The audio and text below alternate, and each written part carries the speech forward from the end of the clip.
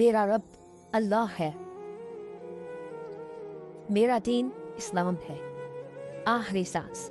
आपकी जबान मजीद बोल नहीं सकती, आपकी आंखें एक नुक्ते पर टिक जाती है, आपका दिल एक बार फिर धड़कता है और फिर रुक जाता है, फिर रूह को पैरों से खींचा जाना शुरू होता है, फिर टांगों से, फिर पेट, सीने और आखिर में हल्क तक पहुंचती है। सूरतुल वाक़िया में इसका जिक्र है, जब जान गले तक आ पहुंचती है, जब रूह हल्क तक पहुंचती है तो तमाम दर्द वहीं जमा हो जाता है। वो पानी का एक प्याला लाता है, वो आपको नाकाबिले बर्दाश्त प्यास से आजमाता है और कहता है मुझे अपना ईमान दे दो और ये पानी ले लो। उनके लिए मौत इंतहाई तकलीफ दे होती है।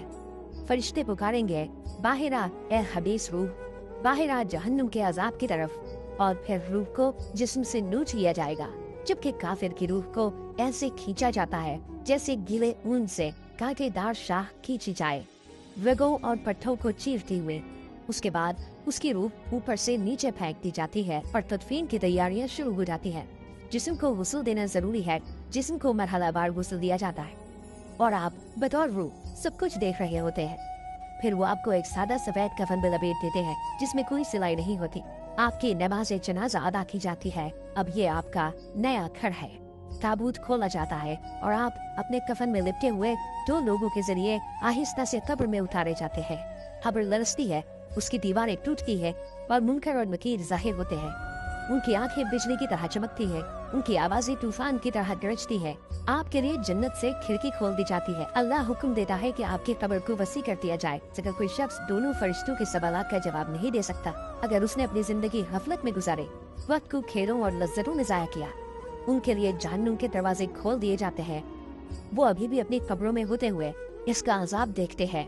फिर एक और वजूद कब्र में दाखिल होता है। उसका चेहरा खौफनाक है, उसके कपड़े मैले हैं और उसकी बदबू एक सड़ती हुई लाश से भी बदतर है। 99 सांप कब्र में भेजे जाते हैं, लेकिन ये दुनियावी सांपों जैसे नहीं होते। इनमें से हर एक अजाब के लिए पैदा किया गया था। अब अबदियत का पहला दरवाजा खुल रहा है। अब आते हैं कब्र के सबसे पुरअसरार हिस्से पर, आलमे बरज़ख। जब हम कब्र के बारे में सोचते हैं तो हम आमतौर पर मादी कब्र का तसव्वुर करते हैं, लेकिन जिस तरह ख्वाब का आपके सोने के बिस्तर से कोई ताल्लुक नहीं है, इसी तरह कब्र का उस मिट्टी से कोई ताल्लुक नहीं है जिसमें उसे दफन किया जाता है। कब्र या बरज़ख दरअसल एक राहदारी है, दो दुनियाओं के दरमियान एक गुजरगाह। ये वो पुल है जिससे हम अगली जिंदगी में दाखिल होते हैं। इज़राइल रूह लेने आते हैं और उस लम्हे से हम एक ऐसी जगह में दाखिल हो जाते हैं जिसे इंतजार गाह कहा जा सकता है। इस दुनिया और आखिरत के दरमियान एक रूहानी दुनिया। ये एक हालत से दूसरी हालत में मुंतकली है। ये इस दुनिया से मिलती जुलती है जिसे हम जानते हैं, फिर भी इसमें कोई सूरज नहीं है और फिर भी ये रोशनी से भरी है। ये इस दुनिया से ज्यादा वसी, ज्यादा रोशन और ज्यादा पुरसुकून है।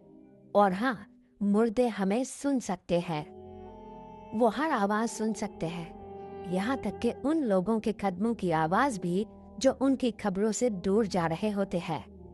हम ये जंग बदर से जानते हैं।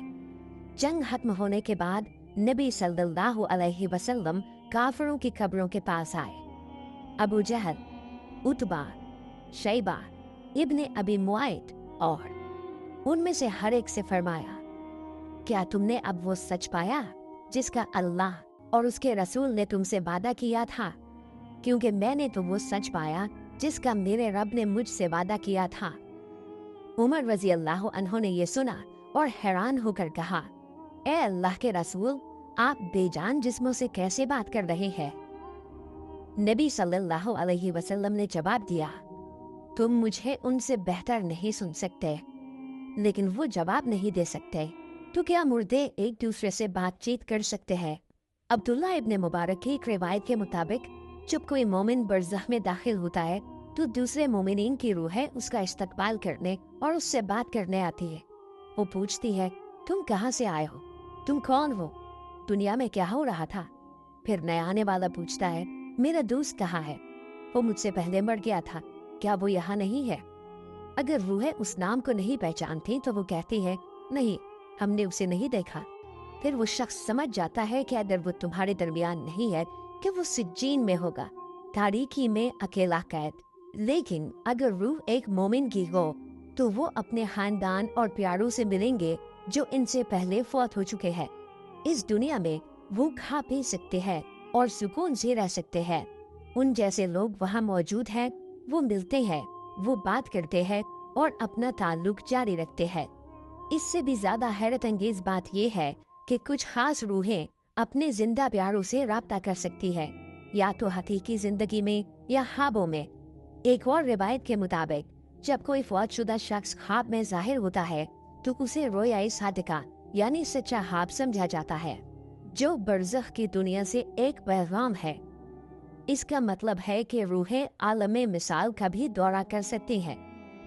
लिहाजा जब कोई अपने फौतशुदा वालिदैन, बच्चों या प्यारों को ख्वाब में देखता है तो इस ख्वाब को रोया सादिका समझा जा सकता है, और जिसे वो देखते हैं वो वाकई उनकी रूह होती है जो आलमे अरवाह से मुलाकात कर रही है। सब्ज परिंदों की हदीस की बुनियाद पर सुद्दी वजाहत करते हैं कि जन्नत के लोगों की रूहें बरज़ख में सब्ज परिंदों पर सवार होती है और जन्नत में आज़ादी से सफर करती है। कुछ उलमा ने कहा है कि जब आप किसी कब्र पर जाते हैं तो हो सकता है कि वहाँ दफन होने वाला इस शक्ल के जरिए सुन रहा हो।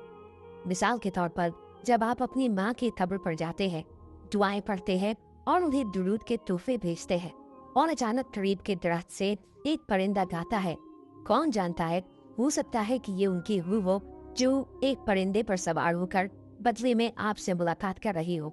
एक रिवायत ये भी है कि उम्मे हानी हजरत अली रज़ियल्लाहु अन्हु की बहन ने नबी सल्लल्लाहु अलैहि वसल्लम से पूछा, जब हम मर जाएंगे तो क्या हम एक दूसरे से मिलेंगे? नबी सल्लल्लाहु अलैहि वसल्लम ने जवाब दिया, रूह एक परिंदा बन जाती है जो जन्नत के फल खाता है, और जब कयामत का दिन आएगा तो हर रूह अपने जिस्म में वापस आ जाएगी। एक दूसरे शख्स ने एक बार पूछा, ए अल्लाह के रसूल, क्या मुर्दे एक दूसरे को पहचानते हैं? नबी सल्लल्लाहु अलैहि वसल्लम ने जवाब दिया, वो एक दूसरे को वैसे ही पहचानेंगे जैसे एक ही दरख्त पर बैठे परिंदे एक दूसरे को पहचानते हैं। तो हाँ, हमारे प्यारे हमें हमेशा के लिए नहीं छोड़ते, वो सिर्फ अपनी कब्रों में हमारा इंतजार करते हैं।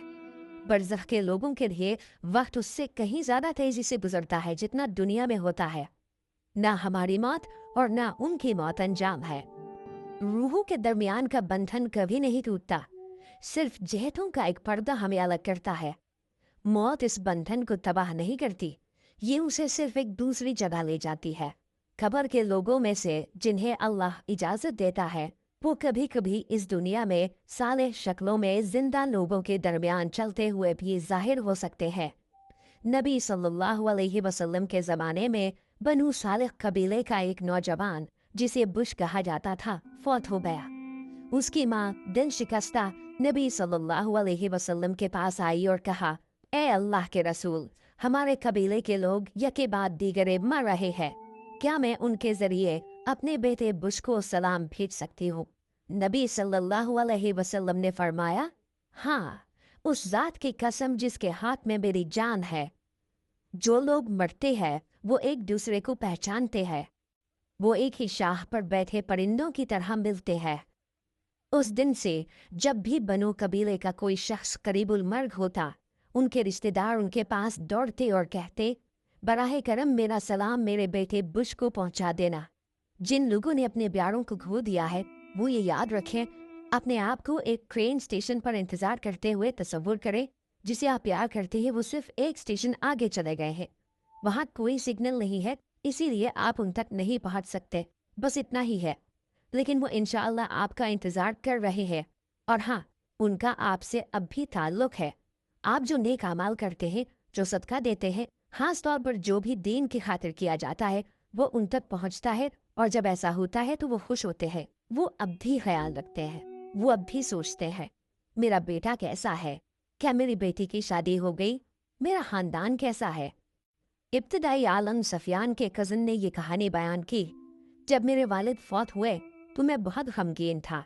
मैं हर रोज़ उनकी खबर पर जाता था, लेकिन वक्त गुजरने के साथ मैंने कम जाना शुरू कर दिया।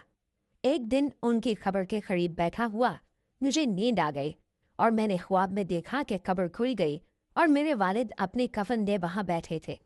میں نے رونا شروع کر دیا۔ انہوں نے مجھ سے کہا، میرے بیٹے تم اب مجھ سے ملنے کیوں نہیں آتے؟ مجھے معلوم ہے کہ جب بھی تم آتے ہو، جب تم اکثر آیا کرتے تھے تو مجھے سکون ملتا تھا، اور جب تم دعا کرتے تھے تو صرف میں ہی نہیں بلکہ قبرستان میں میرے پڑوسی بھی خوش ہوتے تھے۔ تو وہ کون سے اعمال ہیں جو قبر میں راحت لاتے ہیں، اور وہ کون لوگ ہیں جو سکون سے آرام کریں گے؟